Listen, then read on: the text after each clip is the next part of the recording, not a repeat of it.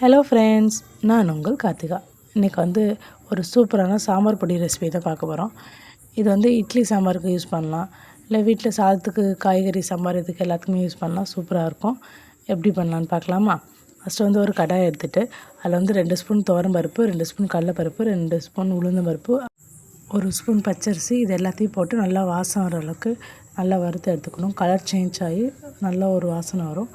அது வரைக்கும் நல்லா வறுத்தரணும். கலர் பார்த்திங்கன்னா கொஞ்சம் சேஞ்ச் ஆகிடுச்சு. இந்த ஸ்டேஜில் ஒரு பிளேட்டில் சேஞ்ச் பண்ணி வச்சுக்கணும். அடுத்து அதேல 4 ஸ்பூன் மல்லி, வரமல்லி 4 ஸ்பூன் எடுத்து அதே மாதிரி ஸ்மெல் வர அளவுக்கு நல்ல வாசனை வர வரைக்கும் அதை வறுத்து எடுத்துக்கலாம். எடுத்து அதையும் அந்த ஏற்கனவே வறுத்ததோடு சேர்த்து ஆற வச்சுருக்கேன். இதோட அடுத்து என்ன சேர்க்க போகிறோம் அப்படின்னா, 1 ஸ்பூன் மிளகு, 2 ஸ்பூன் சீரகம், அரை ஸ்பூன் கடுகு, அரை ஸ்பூன் வெந்தயம் இது எல்லாத்தையும் போட்டு நல்லா வறுத்தரணும். இதுலேயும் நல்ல ஒரு ஸ்மெல் வரும், கலர் சேஞ்ச் ஆகும். இது மாதிரி வறுத்து எடுத்து வச்சுக்கலாம். நான் ஒரு ஸ்பூன் கணக்கில் இது எல்லாமே மெஷர் பண்ணியிருக்கேன். உங்களுக்கு எப்படி வேணுமோ அதுக்கு ஏன்னா ஃபஸ்ட் டைம் வரைக்கும்னால கம்மியாக செஞ்சு பார்க்கலாம் அப்படின்னு பண்ணியிருக்கேன். நீங்கள் எப்படி பண்ணணுமோ கூட குறைச்சி பண்ணிக்கலாம். இது மிளகா ஒரு 8 மிளகா, கொஞ்சமாக கருவேப்பிலை போட்டு நல்லா அதையும் வறுத்து எடுத்துடணும்.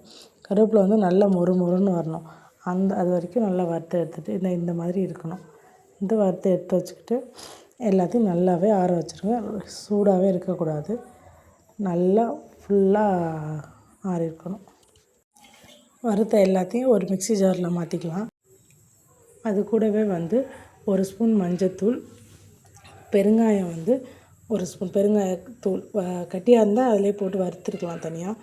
தூள் இருந்தனால 1 ஸ்பூன் பெருங்காயம் சேர்த்துருக்கேன். அதில் 1 ஸ்பூன் கல் உப்பு இது எல்லாத்தையும் சேர்த்துட்டு நல்லா மிக்சியில் வச்சு நல்லா நைஸாக அரைச்சிடணும். நல்லா பவுட்ரு ஃபார்மில் நல்லாவே நைஸாகவே அரைச்சிடுங்க.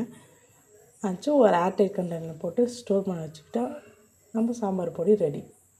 ரொம்பவே நல்லா இருந்துச்சு. நான் ட்ரை பண்ணி பார்த்தேன், நீங்கள் ட்ரை பண்ணி பாருங்கள். இந்த வீடியோ பிடிச்சிருந்தா லைக் பண்ணுங்கள், சப்ஸ்கிரைப் பண்ணுங்கள். தேங்க்யூ. டாட்டா, பாய்.